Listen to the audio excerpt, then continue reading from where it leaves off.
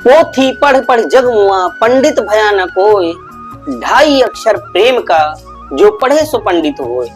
आज से 600 वर्ष पहले परमेश्वर कबीर जी अपनी वाणियों में कहा करते थे कि मोटी मोटी किताबें पढ़कर जो खुद को पंडित कहलाते हैं, वास्तव में ये पंडित नहीं है।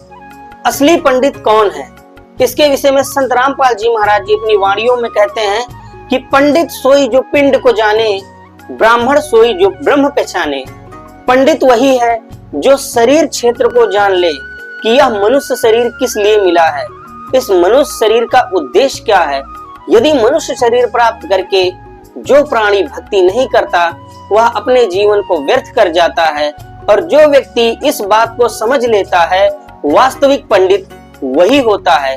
उस व्यक्ति के विषय में परमेश्वर कबीर जी ने यह वाणी बोली थी, ढाई अक्षर प्रेम का, जो पढ़े सो पंडित होए। परमेश्वर कबीर जी कहते हैं कि वह ढाई अक्षर प्रेम का है, जिसको पढ़ने से पंडित वास्तविक पंडित कहलाता है। दर्शकों, आज तक जितने भी अनुवाद करता हैं, जितने भी धर्म गुरु हैं, इवन संत रामपाल जी महाराज जी को छोड़कर और भी जितने धर्म गुरु हुए हैं, किसी को इस ढाई अक्षर के विषय में जानकारी नहीं है। आखिर यह ढाई अक्षर है क्या? हम ढाई अक्षर केवल एक प्रेम में जोड़ते हैं, जबकि प्रेम ढाई अक्षर नहीं है। तो दर्शकों, वह ढाई अक्षर क्या है जिसके विषय में परमेश्वर कबीर जी ने कहा था?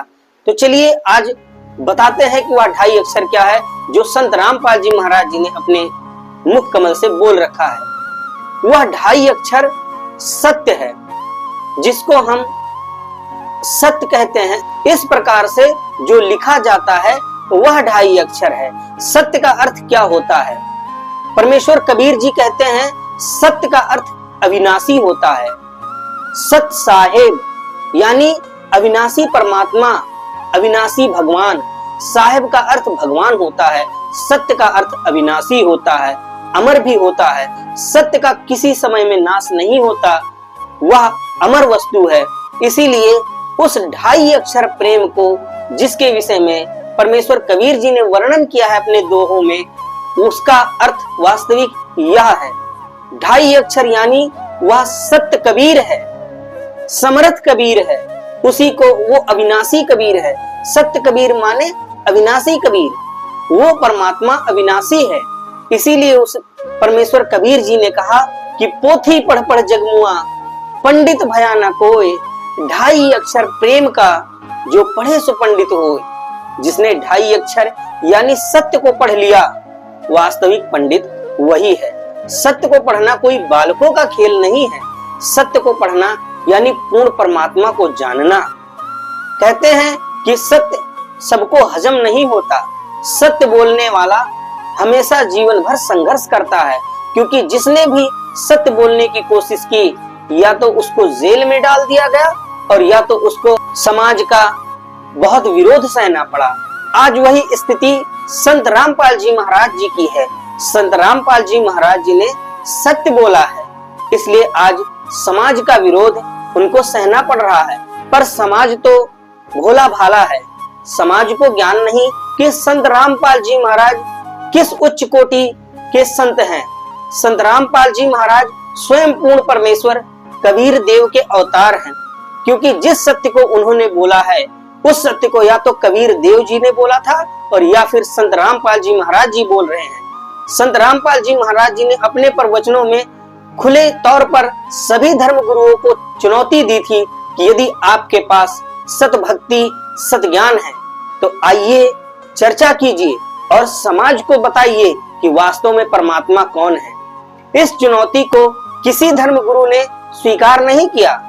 कारण यह था कि इनके पास सत्य ज्ञान नहीं था।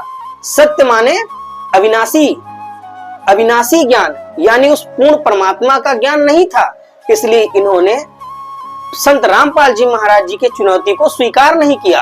संत रामपाल जी महाराज बार बार कहते रहे कि यदि आप जनता के हितैषी हो, तो आप जनता के लिए आकर के शास्त्रार्थ कीजिए।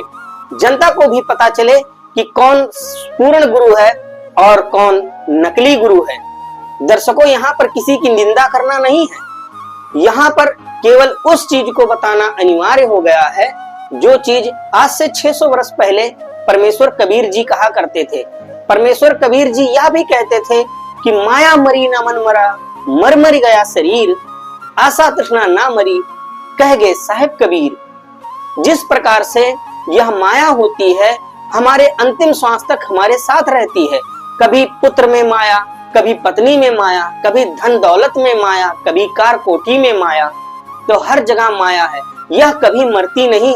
यह चाहे यह जन्म हो और चाहे दूसरा जन्म हो, हर समय में यह माया सदैव इस मनुष्य के साथ रहती है। और मन तो इस काल भगवान का एलिमेंट है।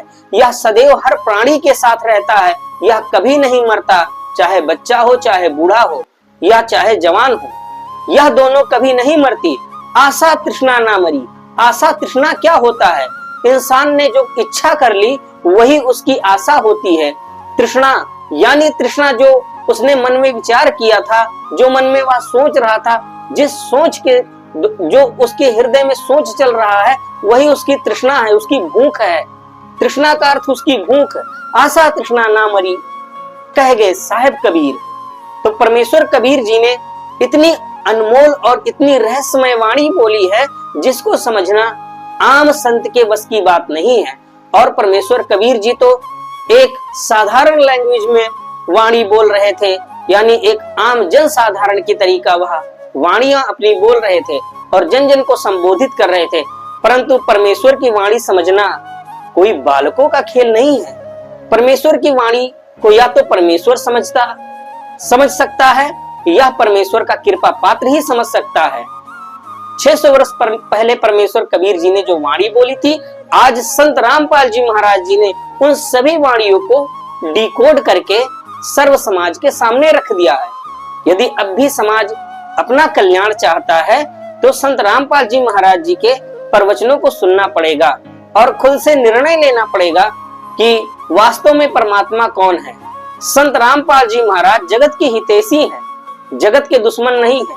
कुछ मूर्ख लोग यह कहते हैं कि संत रामपाल जी महाराज तो समाज के विरोधी हैं, वो तो सनातन धर्म का विरोध करते हैं, वो तो ब्रह्मा विष्णु महेश को नासवान बताते हैं।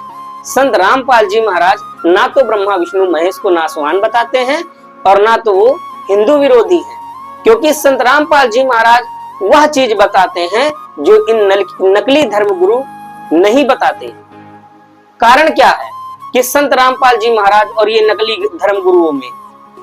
कारण यह है कि संत रामपाल जी महाराज जो हमारे पवित्र शास्त्र हैं उसको खोल खोल करके दिखाते हैं और यह बताते हैं कि देखो तुम्हारे शास्त्र में ही ब्रह्मा विष्णु महेश की जन्म मृत्यु लिखी हुई है। संत रामपाल जी महाराज ने तो उसको अपने तरफ से नहीं लिखा ना, उसको तो उन्होंने केवल जनता को दिखाया है। और दूसरी बात यह है कि यह नकली धर्मगुरु जो हैं ये जनता को शास्त्र नहीं दिखाते। कारण यह है कि अगर ये जनता को शास्त्र दिखा देंगे तो जनता जागरूक हो जाएगी और जनता सभी समाज संत रामपाल जी महाराज जी के पास चली जाएगी, क्योंकि हर व्यक्ति को परमात्मा चाहिए और हर व्यक्ति को सुख चाहिए। इस कारण से ये नकली धर्मगुरु केवल कोरी बकवाद बोलते रहते हैं। इनके द्वारा भ्रमित किए गए कुछ इनके अनुयायी संत रामपाल जी महाराज जी पर आए दिन टीका टिप्पणी करते रहते हैं। अब इनको कौन समझाए कि तुम नकली पासपोर्ट बनवा करके और जो है विदेश जाने की इच्छा रखते हो तो तुम्हारा नकली पासपोर्ट काम नहीं करेगा। जब आप एयरपोर्ट पर जाओगे वहां पर चेकिंग होगी तो वहीं पकड़े जाओगे और फिर जेल भी होगी और आपका पासपोर्ट भी रद्द कर दिया जाएगा। इसी प्रकार से जो नकली साधना करते हैं, नकली साधना का अर्थ यह है कि जो मनमाना आचरण करते हैं। गीता जी में लिखा गया है कि हे अर्जुन, शास्त्र विधि त्याग कर जो प्राणी मनमाना आचरण करता है उसको ना किसी प्रकार का सुख होता है, ना उनके कार्य सिद्ध होते हैं, ना ही उनकी गति होती है, अर्थात यूजलेस। तो उस भक्ति को करने से आखिर आपको लाभ ही क्या होगा? तो ये नकली धर्मगुरु ये कहते हैं कि रामपाल तो सबकी निंदा करता है। भाई रामपाल तो सच्ची सच्ची बात बताते हैं, वो तो समाज के हितैषी हैं। दुश्मन तो तुम हो जो समाज को सदग्रंथ नहीं दिखाते हो, समाज को वेद नहीं दिखाते हो और समाज को गीता नहीं दिखाते हो, समाज को पुराणों से दूर रखते हो। संत रामपाल जी महाराज जी तो समाज को सारे सदग्रंथ दिखाते हैं कि देखो तुम्हारे सदग्रंथ में क्या लिखा है। बस संत रामपाल जी महाराज जी का इतना ही काम है।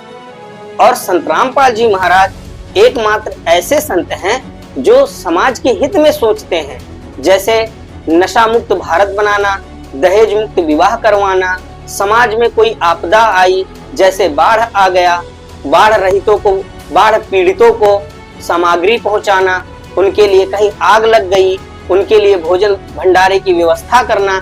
इस प्रकार से संत रामपाल जी महाराज समाज के हित में कार्य करते हैं। कोई धर्मशाला बनवाना तो उसमें संत रामपाल जी महाराज समाज के हित में कार्य करते हैं। तो संत रामपाल जी महाराज जो समाज के लिए कर रहे हैं, ये नकली धर्मगुरु नहीं करते। क्यों? क्योंकि इनको अपने पेट से मतलब है। ये काल के एजेंट हैं, काल के भेजे हुए दूत हैं। क्योंकि इनको संत रामपाल जी महाराज जी की निंदा ही करनी आती है। संत रामपाल जी महाराज केवल सत्य ज्ञान बताते हैं और ये बकवाद करते हैं। इनको यह डर है कि अगर संत रामपाल जी महाराज ने यह ज्ञान समाज में फैला दिया तो तुम्हारे पास कौन आएगा? तुम्हारे पास जो चढ़ावा आता है, जो पैसा आता है, वो कैसे आएगा? तुम्हारी रोजी रोटी कैसे चलेगी? तो इस प्रकार से ये जितने नकली धर्मगुरु हैं, ये संत रामपाल जी महाराज जी के पीछे आए दिन पड़े रहते हैं और आए दिन कोई ना कोई संत रामपाल जी महाराज जी के विषय में सोशल मीडिया पर बकवाद करता रहता है। खैर, इससे कुछ नहीं होने वाला। इसके विषय में एक प्रकरण है संत रामपाल जी महाराज जी जिसके विषय में बताते हैं कि एक बार एक अंधा गधा ट्रेन की पटरी पर खड़ा था और उधर से ट्रेन आ रही थी। ट्रेन ने हार्न दिया, पर गधे ने सोचा कि ये तुझे डिस्टर्ब करने आ रहा है। गधे ने सोचा कि आने दे, फिर दूंगा इसे दुलत्ती, इसके अकल ठिकाने आ जाएगी।